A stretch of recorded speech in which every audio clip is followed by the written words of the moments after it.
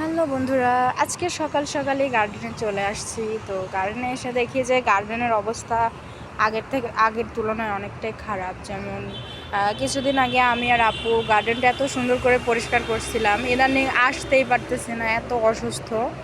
তো আজকে আসলাম, সকালবেলায় দেখলাম যে আপু আসছে, পরে আমিও আসলাম। আসার পরে দেখতেছি গার্ডেনে এত ঘাস হয়েছে।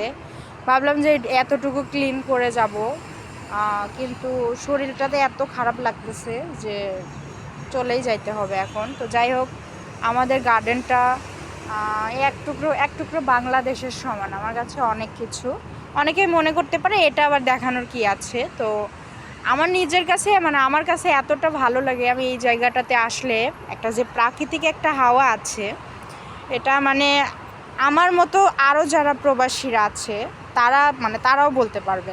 আমরা বাংলাদেশে যারা আছে তারা মনে করবে যে এগুলো কিছুই না। আসলে যারা এরকম পরিস্থিতিতে পড়ে শুধুমাত্র তারাই জানে যে বিষয়টা কি। তবে আমি বাংলাদেশকে অনেক মিস করি, এটা আমি বলে বোঝাইতে পারবো না।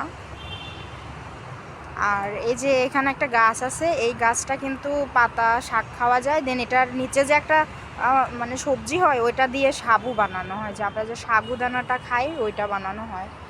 আর এই দিক দিয়ে এত জঙ্গল হয়েছে, ওই যে নতুন করে আরেকটা কলার মোচা আসছে। এটা কি কলা বলতে পারলাম না, আমার মনে হয় এটা আইঠা কলা না কি যেন কলা বলে, সেই কলাটাই হবে। তো ওখানে আরেকটা কলার ছিল, লোকেরা কেটে দিয়ে গেছে। আর ওই যে উপর দিয়ে ট্রেন যাচ্ছে,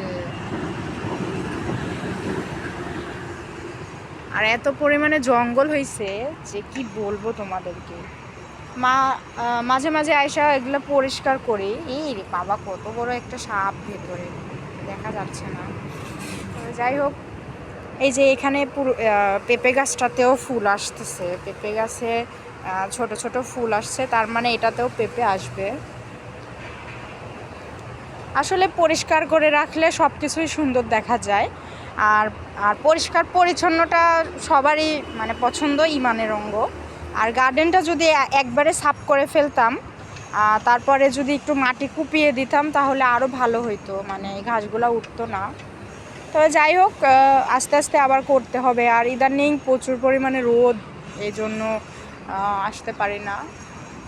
আর এমনিতে অসুস্থতার কারণেও আসতে পারি না, কারণ নিচে আসা ওঠানামা করা খুবই রিস্ক হয়ে যায়। আমি তো কি বলবো।